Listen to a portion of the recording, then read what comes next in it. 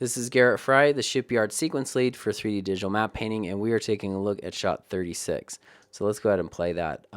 So in this shot, we have some really great things going on with these little shards of light coming through here, and what's going on with this guy here. This is beautiful, the way that we're getting little specular kicks and then all the irregulars off of this piece of the shipping container. However, on this side of the shot, we're seeing the faces of all these shipping containers, and so it's really quite a bit boring, and we're not getting any light play off of any of these.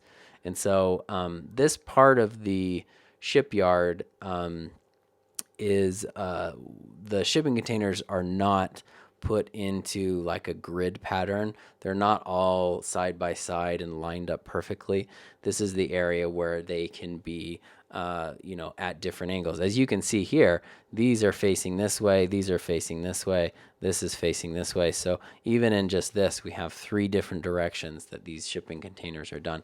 What we're going to want to do is we're going to want to cut off, either we cut them off here or we cut it off here, but somewhere we're making a cut off here that we can have a more open space back here, and also with this area here, so that we're opening this back, we're seeing more distance, and then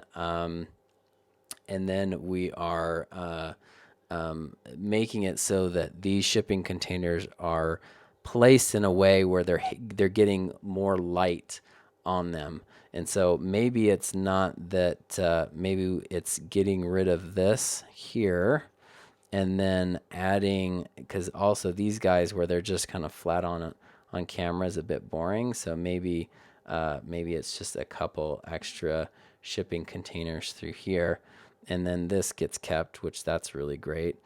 And then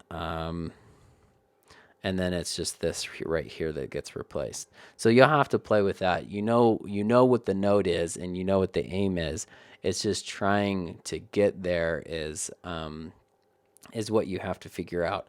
And so all of this back here from here on is eligible to be replaced, but you'll have to look at it and see what parts of the plate are really great and add to what I'm trying to achieve, or do I have to replace it completely? Because if you keep a lot of the plate, then it's perfect. It looks great.